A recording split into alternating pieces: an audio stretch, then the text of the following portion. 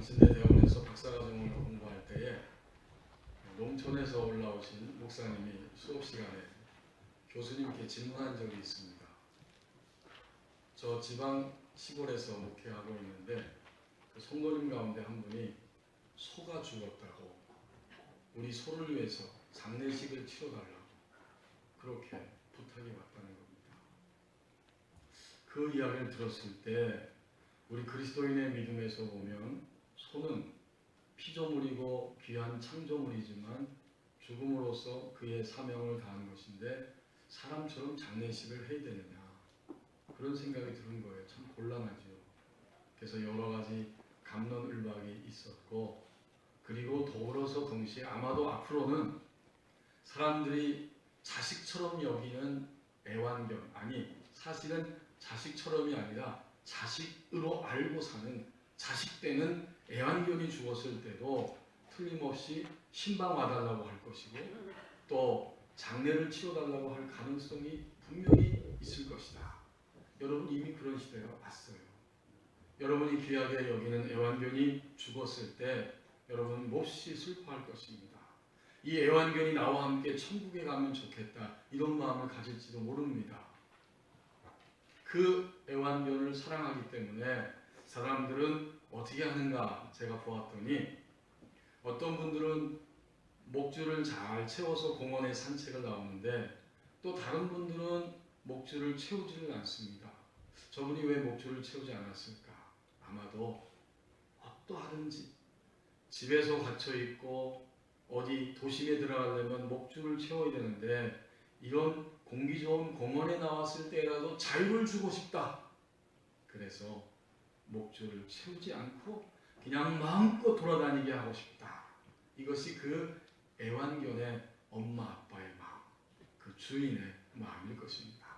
하지만 어떤 사람에게는 자유이지만 다른 사람에게는 목줄을 채우지 않은 개 때문에 오히려 자유를 위협당하고 두려워할 수도 있습니다.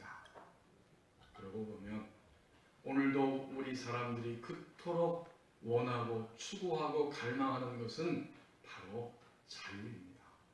그 자유는 어디에서 오는 것이냐? 많은 사람들이 자유에 대해서 생각하고 말하고 이야기하고 정의하고 있지만 하나님의 말씀은 분명히 우리에게 가르쳐 주십니다. 우리를 자유케 하시는 손길은 하나님으로부터 찾아옵니다. 사실 성경은 처음부터 끝까지 자유케 하시는 하나님에 대해서 소개하고 있고 진정한 자유를 위해서 하나님의 손길 안으로 들어가야 한다는 사실을 누누이 증거하고 있는 것이 이 성경 전체의 내용입니다. 그래서 오늘 우리에게 주신 이 마태복음 23장 17절 상반절 말씀을 보면 어리석은 맹인들이여 자유롭다고 생각하지만 자유를 빼앗기고 자유를 놓치고 억압되어 살고 있는 서기관 바리새인들을 향해서 예수님이 이렇게 책망하시면서 말씀합니다. 어리석은 맹인들이여 이 말은 바로 바리새인과 서기관들 그들을 향해서 하신 말씀이에요.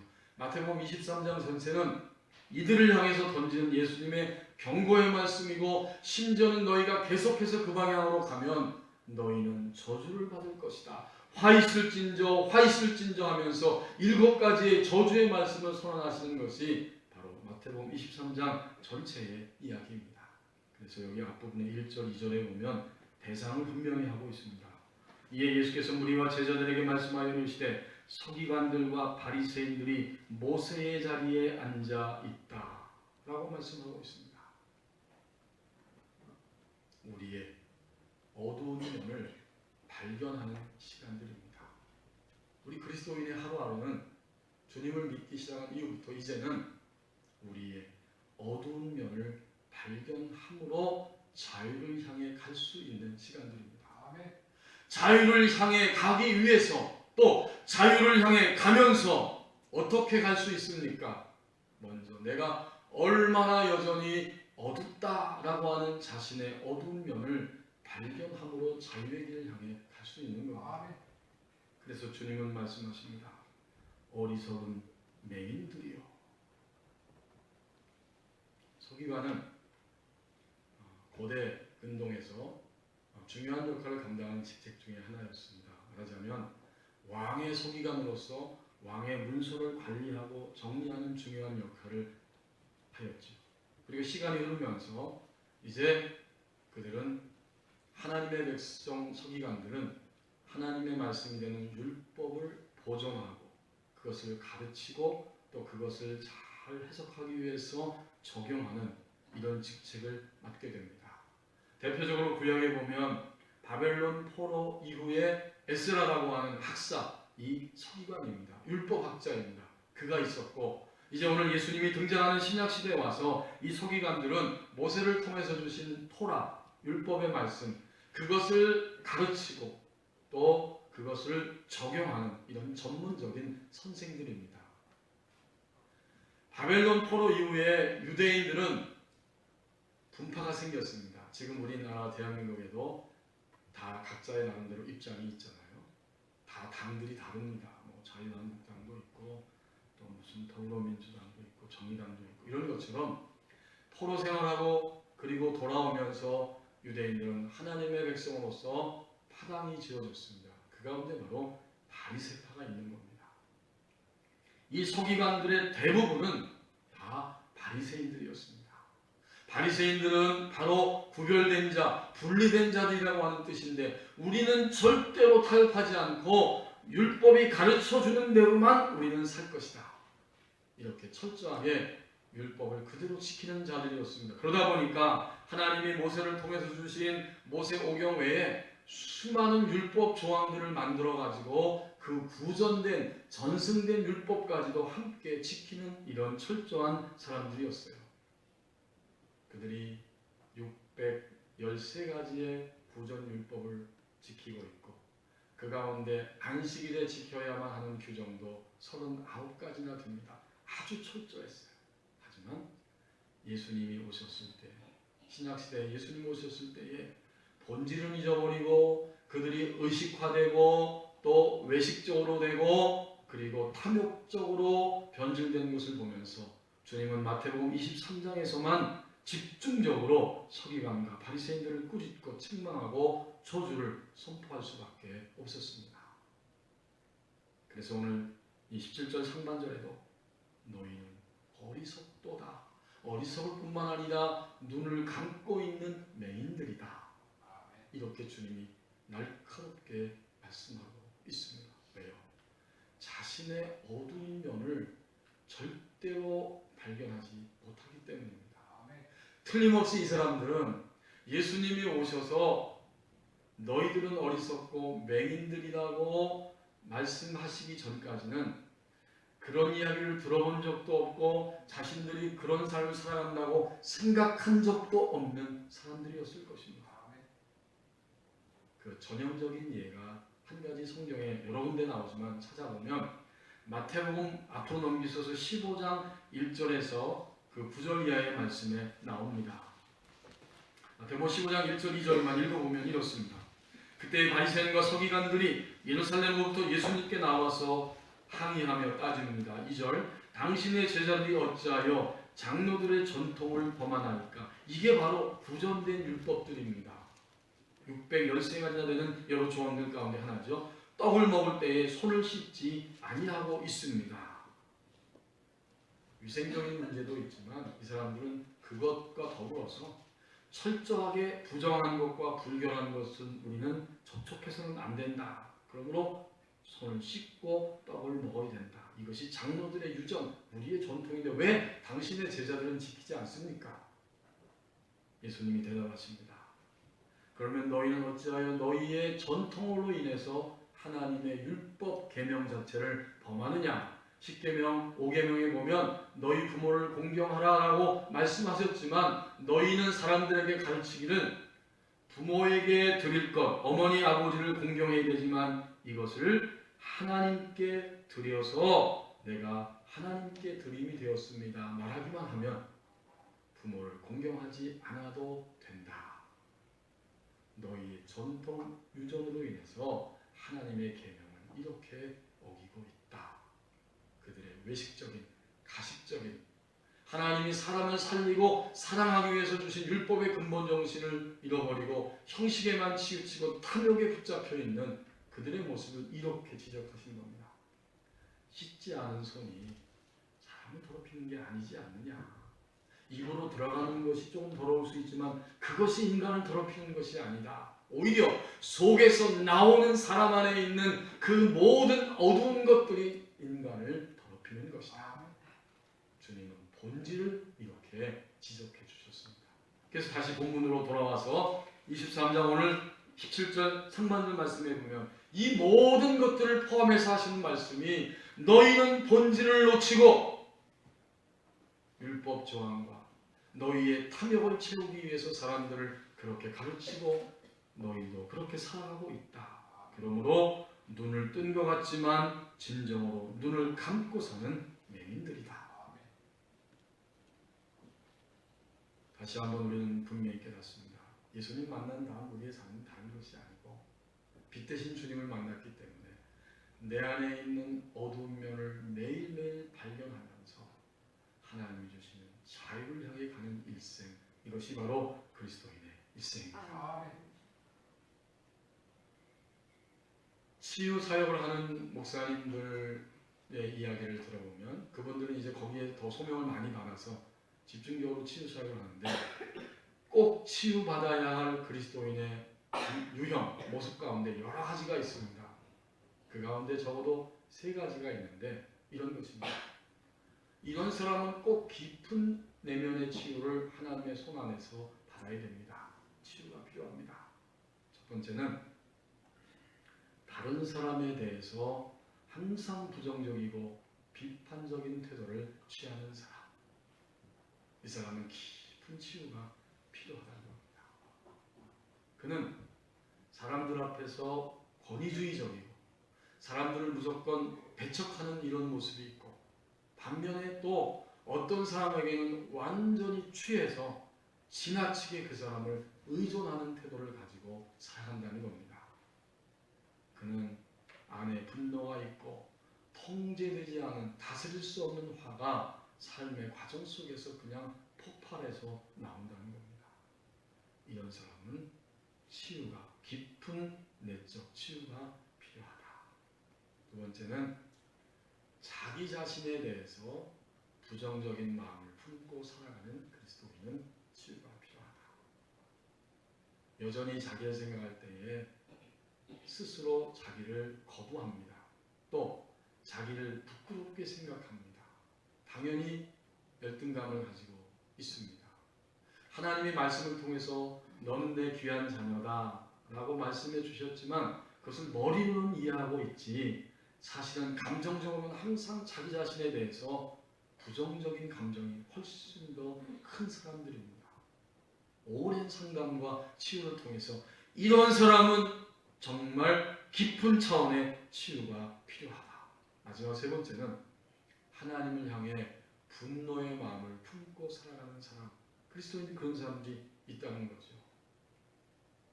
하나님이 사랑이라고 했는데 왜 이렇게 나를 힘들게 하느냐.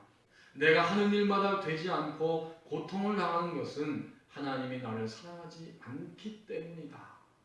그래서 그는 예배 자리에 나와 앉아 있어도 하나님을 생각할 때 불만이 가득합니다. 하나님은 뭔가 변덕스럽고 비이성적인 행동을 하시는 그런 하나님이다. 그리고 그의 내면 깊숙한 곳에는 항상 두려움이 자리를 잡고 있는데 실패에 대한 두려움, 가난에 대한 두려움, 질병에 대한 두려움, 죽음에 대한 두려움, 이 두려움이 그의 내면을 사로잡고 있다는 겁니다. 사실 주님 믿은 다음에 우리는 두려움이 아직도 많잖아요. 이 두려움은 일평생 동안 그리스도인들이 매 순간 싸워야 할 커다란 적 중에 큰 적입니다. 주님 믿었는데 왜 두렵습니까? 이것이 우리의 연약함입니다. 이런 사람들은 치유가, 깊은 차원의 치유가 필요하다. 이 치유 사역하시는 목사님들의 공통된 의견입니다. 그것을 한마디로 말하면 무엇일까요? 그의 내면이 어둡다는 것입니다. 그들은 여전히 오늘 서기관과 바리새인들은 어리석으면서도 맹인들입니다. 그의 내면의 어두움을 보지를 못합니다. 그리스도인의 하루하루는 자유를 향해 가기 위해서 자유를 향해 가면서 자신 안에 어두운 면을 발견하는 시간들입니다. 이제 17절 중반절 말씀을 보십시오. 가치를 전환시킬 때가 온이라고 말씀합니다. 그 어리석은 맹인들이라고 말씀하시면서 주님은 그 서기관 바리새인들의 실상을 직면하게 하시는 질문을 던집니다. 어느 것이 크냐? 이 말은 어느 것이 더 중요하냐?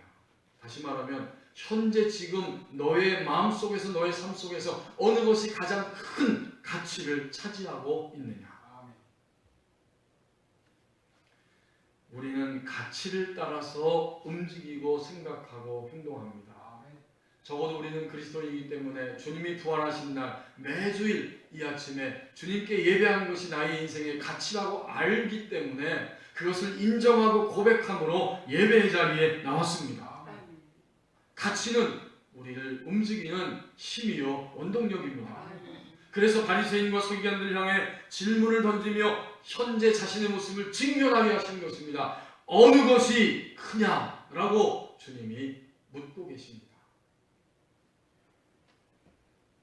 우리가 자유를 향해 가려고 한다면 지금 나의 내면 안에 가장 큰 자리를 차지하고 있는 세력이 무엇인지를 발견해야 하기 때문에 주님이 이 질문을 던지시는 거예요. 어느 것이 더 크냐?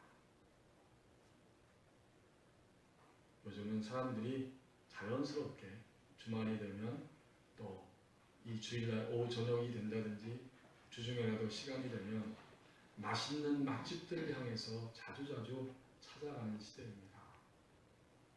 아무리 거리가 멀다고 해도 맛이 있다면 다 찾아갑니다.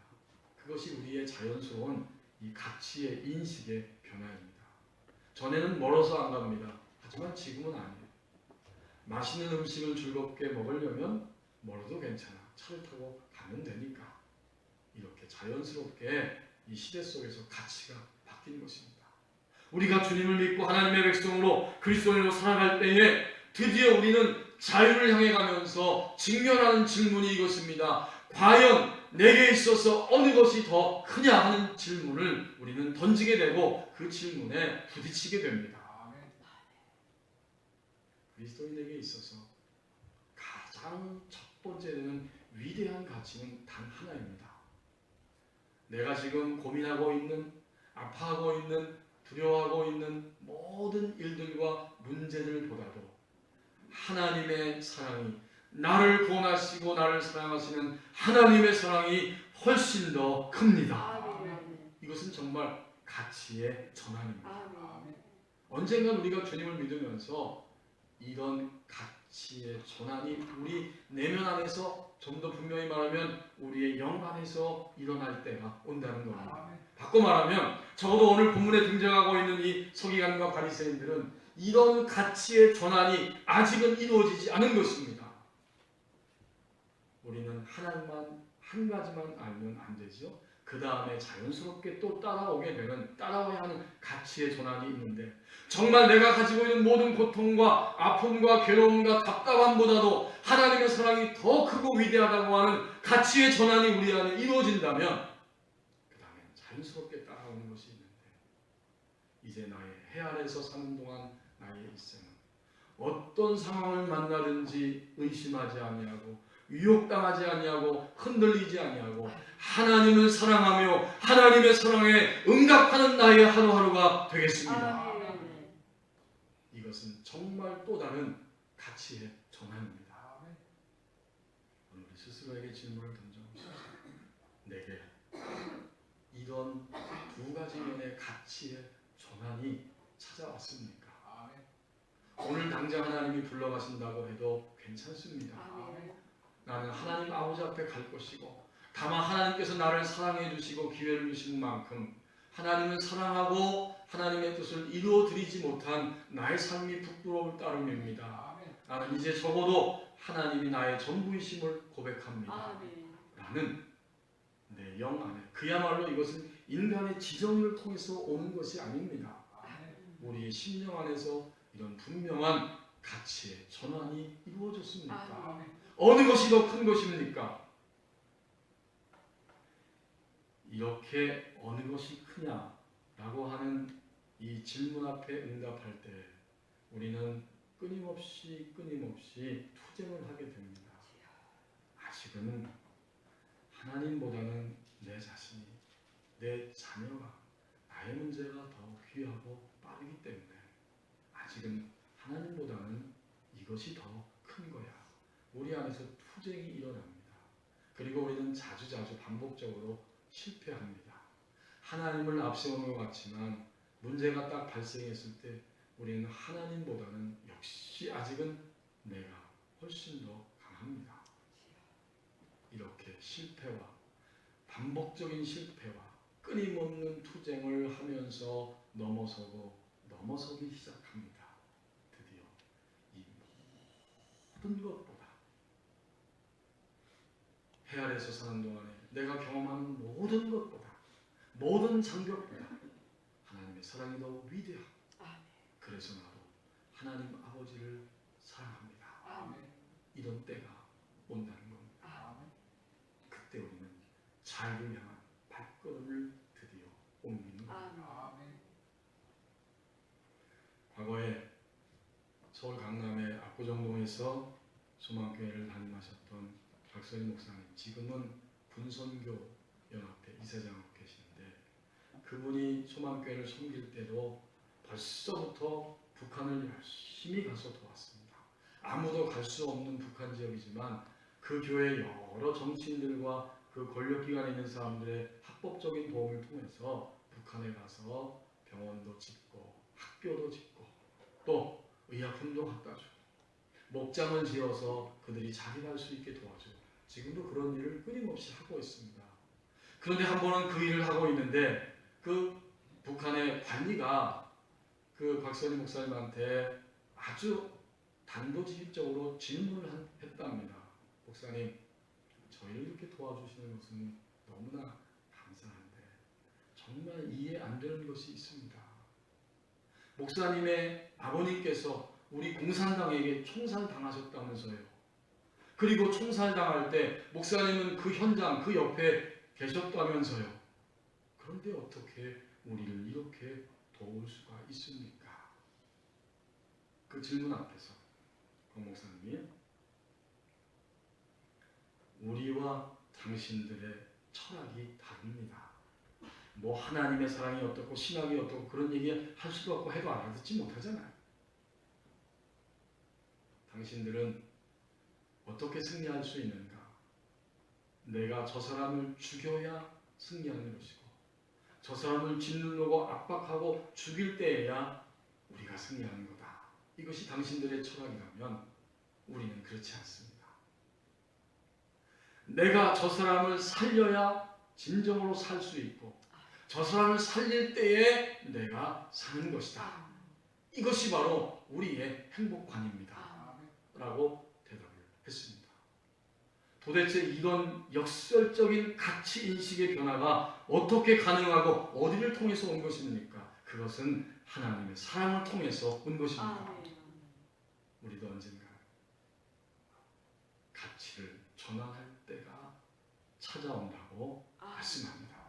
어느 것이 크냐? 하나님의 사랑이 가장 크다고 하는 것. 그래서 나도 하나님을 가장 사랑하는 나의 일생이 되기를 원하는 것. 언젠가는 가치를 전환할 때가 찾아옵니다. 이제 세 번째 하반절 말씀을 보십시오. 스스로 던져버릴 때가 온다고 말씀합니다.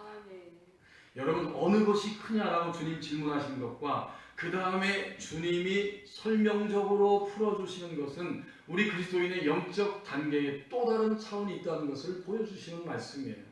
처음에는 어리석은 맹인, 자신의 어두운 면을 모르고 살아가는 그리스도인의 모습이 있고 그러다가 이제는 진정으로 어느 것이 크냐라고 벽에 부딪히면서 질문하고 직면하게 되는 그리스도인의 영적 단계가 있고 마지막 세 번째는 그렇다면 나는 스스로 던져버리는 단계에 와 있는 것인가? 아멘. 그것을 주님이 이 하반절 마지막 부분에서 말씀하고 있는 겁니다. 그 금이냐, 그 금을 거룩하게 하는 성전이냐. 여러분, 이 말씀을 주님이 하실 때 바리새인들의 어떤 그 규정, 행동이 있는 거죠. 바로 16절에 있습니다. 그들이 도대체 어떻게 행동했겠냐. 16절 말씀. 화 있을진저 문먼 인도자여 너희가 말하되 누구든지 성전으로 맹세하면 아무 일 없거니와 성전의 금으로 맹세하면 지킬지라 하는도다. 뭔가를 맹세하고 소원하면서 지키려고 할 때에 바리새인 서기관들은 사람들에게 그렇게 가르쳤고 자신들도 그것을 이용했습니다. 성전 자체 건물로 맹세하면 그건 뭐 지키지 않아도 괜찮아. 맹세하면 지키지 못할 때 값을 치러야 되는 거거든요. 하지만 그 당시에 예루살렘에서 유일한 부동산이 있다면 바로 예루살렘 성전 건물이잖아요. 부동산 하나의 그 성전을 어떻게 갖다 바치겠어요? 아주 실제적인 이야기죠.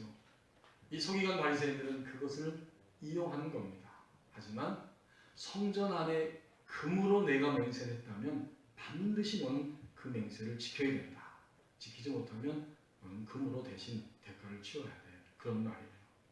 그 금이 일반 바깥에 있는 금은 어떻게 돼도 상관없어요. 그런데 오늘 하나님 하신 말씀은, 주님께서 하신 말씀은 그 금이 성전 안에 있는 금이기 때문입니다. 성전 안에 금은 받쳐진 금이요 성전 안에 장식된 금입니다. 하지만 그 금이 가치가 있는 것이 왜 가치가 있느냐?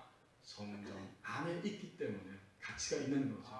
다시 말하면 하나님을 높이고 하나님을 영광되게 하고 하나님이 모든 것 되시기 때문에 금으로 성전에 드리고 금으로 성전을 장식하는 겁니다. 그러면 금 자체보다 성전 되시는 하나님이 더 큰 것입니다. 이 가치를 전도시키면서 탐욕의 마음으로 사람들을 어둡게 하고 그것을 이용하고 있는 바로 그들을 향해서 하시는 말씀입니다. 그 금이냐 아니면 성전 안에 있는 금보다 그 금을 거룩하게 하시는 하나님 자체 성전이냐를 묻고 계시는 거예요. 언젠가 우리가 스스로 하나님이 가치의 전부임을 알고 우리의 어두운 면을 즉시 알고 그 어두운 면을 스스로 던져버릴 때가 오는 겁니다. 이것은 정말 또 다른 차원의 자유의 삶을 향해 나가는 겁니다. 스스로 던져버리는 거예요. 누가 시켜서 던지는 것이 아닙니다. 보이는 즉시 어두움이기 때문에 그것을 던지는 거예요. 이제 우리는 금을 던져버립니다. 이것은 자신의 우선순위입니다. 그리고 금을 던져버리고 성전의 금을 거룩하게 하시는 바로 그 성전 하나님의 우선순위를 붙잡습니다. 이런 때가 찾아온다는 것입니다. 반드시 이러한 때가 우리의 삶 가운데 찾아옵니다. 그만큼 그때는 우리 안에 자유가 흘러오기 시작하는 그런 시절이 될 것입니다. 여러분, 우리는 주님을 믿고 자연스럽게 어두운 면이 보이고 그래서 또 자연스럽게 이것은 하나님의 우선순위가 아니야 하고 금방 그것을 가차없이 던져버리는 이런 경험이 있습니까? 혹시 오늘 지난 한 주간 동안 그런 경험을 했습니까? 아니면 지금 갈등 속에 있습니까? 뭘 던진다는 거죠 도대체? 뭘 스스로 던진다는 겁니까? 우리를 둘러싸고 있는 환경의 압박을 하나님의 사랑이 있기 때문에 즉시로 던져버릴 수 있습니다.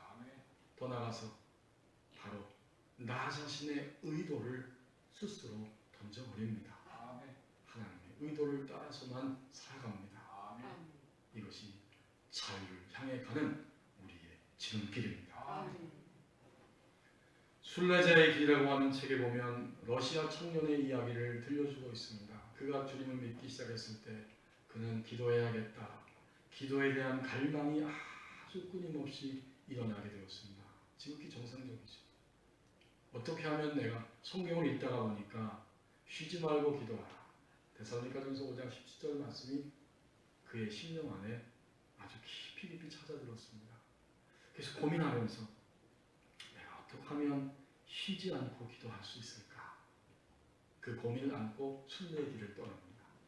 오랜 시간 순례길을 떠나서 그 질문에 답을 찾기 위해서 다녔을 때에 한 영적인 지도자를 만나게 되고 그를 통해서 이제부터 당신은 하나님의 아들 주 예수 그리스도시요 나를 불쌍히 여기소서 라고 하는 기도를 호흡이 들어오고 호흡이 나가는 것처럼 자연스럽게 그 기도를 끊임없이 드리십시오. 그것이 쉬지 않고 기도하는 것입니다.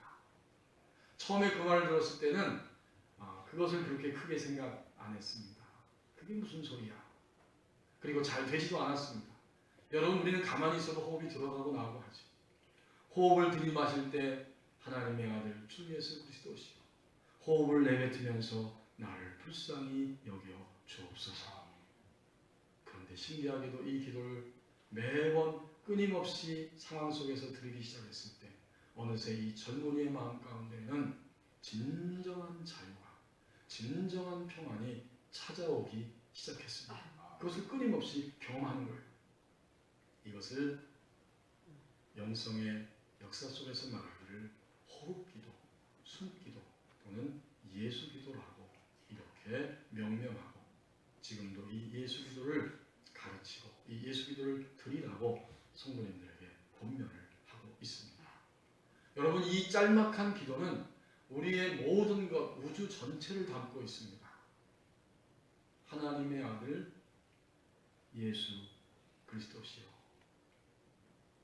모든 것을 주관하고 계시는 분은 하나님이시잖아요.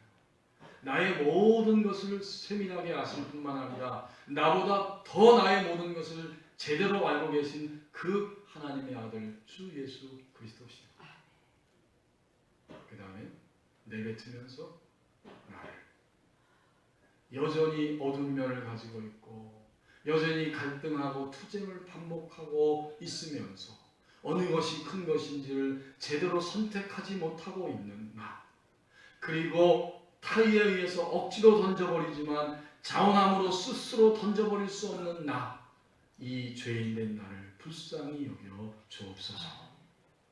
다 들어가 있는 거예요. 모든 게. 그는 그 기도를 드리면서 놀라운 삶의 변화와 내면의 변화를 경험하면서 이렇게 고백을 하고 있습니다.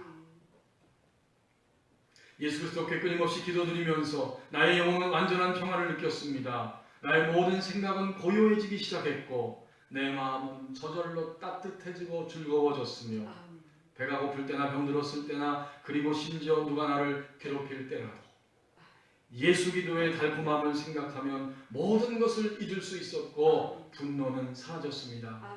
나는 이제 아무것도 염려하지 않게 되었고 나의 마음은 주님의 사랑으로 가득 찼으며 내가 사는 오두막은 화려한 궁전처럼 느껴졌습니다.